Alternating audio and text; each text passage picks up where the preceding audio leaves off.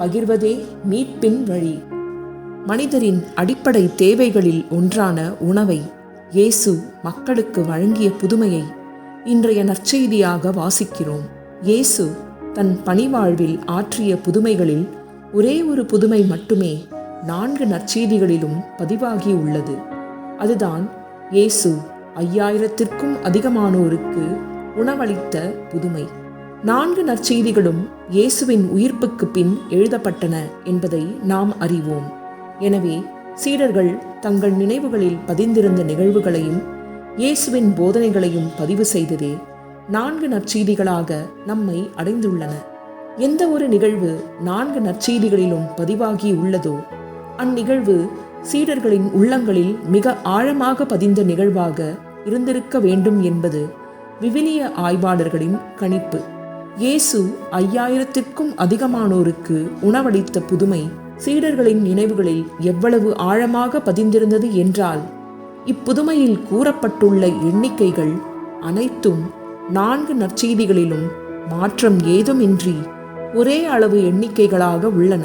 பெண்களும் சிறுவர் சிறுமியரும் நீங்களாக இப்புதுமையால் பயனடைந்த ஆண்களின் எண்ணிக்கை 5000. இப்புதுமையை துவக்கி வைக்க பயன்படுத்தப்பட்டவை 5 அப்பங்களும் 2 மீன்களும். அனைவரும் வயிறார உண்ட பின் மீதமிருந்த துண்டுகள் சேகரிக்கப்பட்டது 12 கூடைகளில் என்று 4 நற்செய்திகளும் ஒரே எண்ணிக்கைகளை குறிப்பிட்டுள்ளது வியப்பை தருகிறது. அவ்வளவு ஆழமான தாக்கம் அது. இந்த புதுமையை பல கோணங்களில் சிந்திக்க இயலும். இன்றைய நம் வழிபாட்டில் ஒரு சில கோணங்களை மட்டும் சிந்திக்க முயல்வோம். மக்களின் பசியை போக்க தங்களிடம் இருக்கும் உணவு போதுமா என்ற கேள்வி அரசர்கள் 2ஆம் நூலிலிருந்து எடுக்கப்பட்டுள்ள முதல் வாசகத்திலும் யோவான் நற்செய்தியிலும் எழுதப்படுகிறது. இருந்தாலும் இறைவனை நம்பி உணவு பரிமாற்றம் ஆரம்பமாகிறது. இறுதியில் மக்கள் வயிறார உண்ட பின்னர் மீதம் உணவும் இருக்கிறது என்பதை 2 வாசகங்களிலும் காண்கிறோம்.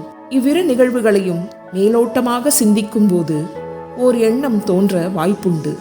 அதாவது, மக்களின் பசியை போக்க, இல்லாதவர்களின் குறையை தீர்க்க இறைவன் நேரில் வந்து ஏதாவது புதுமைகள் செய்ய வேண்டும் என்ற எதிர்பார்ப்பு எழுவதற்கு வாய்ப்புண்டு. ஆயினும் 2 வாசகங்களையும் சற்று ஆழமாக ஆய்வு செய்தால் ஓர் உண்மை தெளிவாகும். இந்த உணவை இறைவன் ஒன்றுமில்லாமையிலிருந்து உருவாக்கி பலுகி பெருக செய்யவில்லை. ஒரு மனிதரும் ஒரு சிறுவனும் கொண்டு வந்து கொடுத்த உணவே இவ்விரு புதுமைகளின் அடித்தளமாக அமைந்ததை பார்க்கலாம்.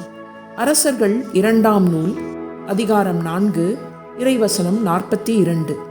பாகால் சாலிசாவை சார்ந்த ஒரு மனிதர் புது தானியத்தில் செய்யப்பட்ட 20 வார்கோதுமை அப்பங்களையும் தம் கோணிப்பையில் முற்றிய தானிய கதிர்களையும் கடவுளின் அடியவரான எலிசாவிடம் கொண்டு வந்தார் என்று இன்றைய முதல் வாசகம் ஆரம்பமாகிறது.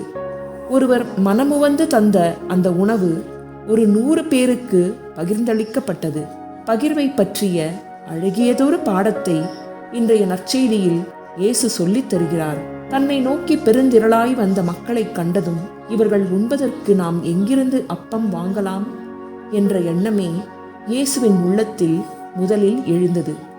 தன்னை தேடி வந்த மக்களை கண்டதும் அவர்களுக்கு விருந்து பரிமாற நினைத்த இயேசுவின் ஆர்வத்திற்கு எதிராக கேள்விகள் எழுகின்றன. பின்னர் ஒரு சிறுவனிடம் உணவு உள்ளதென்று சொல்லப்படுகிறது. சிறுவன் தந்த 5 அப்பம் 2 மீன், இறைமகன் இயேசு வழங்கிய ஆசீர் இவை இணைந்தபோது 5000த்திற்கும் அதிகமானோர் வயிறார உண்டனர். மீதியும் இருந்தது. இந்த புதுமையை 2 வேறு கண்ணோட்டங்களில் சிந்திக்கலாம். இயேசு தனியொருவராய் உணவை பலுகச் செய்தார் என்று சிந்திப்பது நாம் வழக்கமாக கருதும் பாரம்பரிய கண்ணோட்டம். பகிர்தல் என்ற புதுமையை இயேசு துவக்கி வைத்தார் என்ற 2வது கண்ணோட்டம்.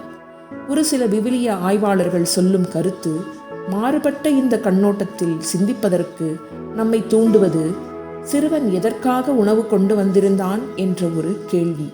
பொதுவாக வெளியூர் செல்லும்போது முன்னேற்பாடாக உணவு எடுத்துச் செல்ல வேண்டும் என்று குழந்தைகளோ சிறுவர்களோ எண்ணி பார்ப்பதில்லை. அவர்களுக்கு தேவையான உணவை தயாரித்து எடுத்து செல்வது அல்லது கொடுத்தனுப்புவது பெற்றோரே. இஸ்ரேல் மக்கள் மத்தியில் இதுபோன்ற முன்னேற்பாடுகள் கூடுதலாகவே இருந்தன. காரணம் என்ன? பல தலைமுறைகளாய் இஸ்ரேல் மக்கள் அடிமை வாழ்வு வாழ்ந்ததால் உணவின்றி தவித்தவர்கள். எனவே அவர்கள் வீட்டை விட்டு வெளியேறும் போதெல்லாம் மறவாமல் மடியில் கொஞ்சம் உணவு எடுத்து செல்வது அவர்கள் வழக்கம். அன்றும் இயேசுவை தேடிச் சென்ற அந்த கூட்டத்தில் ஒரு குடும்பம் இருந்தது. குடும்பமாய் சென்ற அவர்களுக்கு தேவையான 5 அப்பங்களையும் 2 மீன்களையும் குடும்பத் தலைவி முன்மதியோடு தயாரித்திருந்தார். அந்த உணவு பொட்டலத்தை சிறுவன் சுமந்து வந்திருந்தான். மாலையானதும் பசி வயிற்றை கிள்ள ஆரம்பித்தது. கொண்டு வந்திருந்த உணவு பொட்டலங்களை யார் முதலில் பிரிப்பது? பிரித்தால் பகிர வேண்டுமே என்ற எண்ணங்கள் அந்த பாலை நிலத்தில் வலம் வந்தன. இயேசுவின் போதனைகளில் பகிர்வை பற்றி பேசியது பலருக்கு நினைவில் இருந்தது. ஆனால் எப்படி இத்தனை பேருக்கு பகிர முடியும்? நமக்கென கொண்டு வந்திருப்பதை கொடுத்துவிட்டால் நாம் என்ன செய்வது? இந்த கேள்விகளில் பெரியவர்கள் மூழ்கி இருந்தபோது அங்கிருந்த சிறுவனின் எண்ண ஓட்டம் வேறுபட்டிருந்தது. அதுவே அந்த புதுமைக்கு வழிவகுத்தது. தன்னை தேடி வந்த மக்களுக்கு உணவளிப்பது பற்றி இயேசு சீடர்களிடம் பேசிக்கொண்டிருந்ததை கேட்ட அச்சிறுவன் அம்மா தன்னிடம் கொடுத்திருந்த 5 அப்பங்களையும் 2 மீன்களையும் இயேசுவிடம் கொண்டு வந்தான்.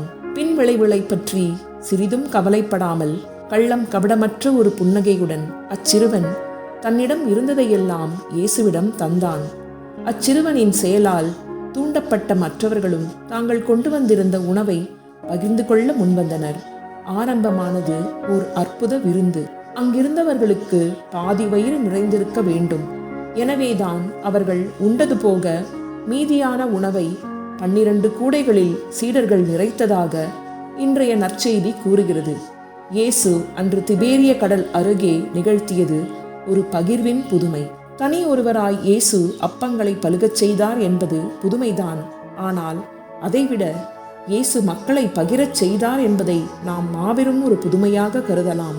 குழந்தை பருவத்தில் பகிர்வதன் அழகை குறித்து பாடங்கள் பல சொல்லித்தரும் நாம் வளர வளர பகிர்வதற்கு பதில் சேர்ப்பதை குறித்து, சேர்த்ததை பாதுகாப்பது குறித்து அதிக பாடங்களை கற்றுக்கொள்கிறோம், கற்றுத்தருகிறோம். நாம் வாழும் இன்றைய உலகில் இந்த பகிர்வு புதுமை அதிகம் தேவைப்படுகிறது. இந்த புதுமை நிகழ வேண்டுமெனில் நம் அடிப்படை கண்ணோட்டம் மாற வேண்டும். வானிலிருந்து இறைவன் இறங்கி வந்து புதுமை செய்தால்தான் இவ்வுலகின் பசியை போக்க முடியும். சக்தி வாய்ந்த அரசுகள் மனது வைத்தால்தான் வறுமை நீங்கும். இருப்பவர்கள் பகிர்ந்து கொண்டால்தான் இல்லாதவர் நிலை உயரும் என்றெல்லாம் எதிர்பார்த்து காத்திருப்பதை விட்டுவிட்டு பகிர்வு என்ற புதுமையை அச்சிறுவனைப் போல் நம்மில் யாரும் ஆரம்பித்து வைக்கலாம். நற்செய்தியில் நாம் இன்று சந்திக்கும் அச்சிறுவன் வழியாக இயேசு சொல்லித்தரும் பகிர்வு பாடங்களை கற்றுக்கொள்ள நமக்கு இறைவன் பணிவான மனதை தர வேண்டும் என்று மன்றாடுவோம். பகிர்வு புதுமை இவ்வுலகில் பலுகி பெருக வேண்டும் என்றும் மன்றாடுவோம். பகிர்வதே மீட்பின் வழி.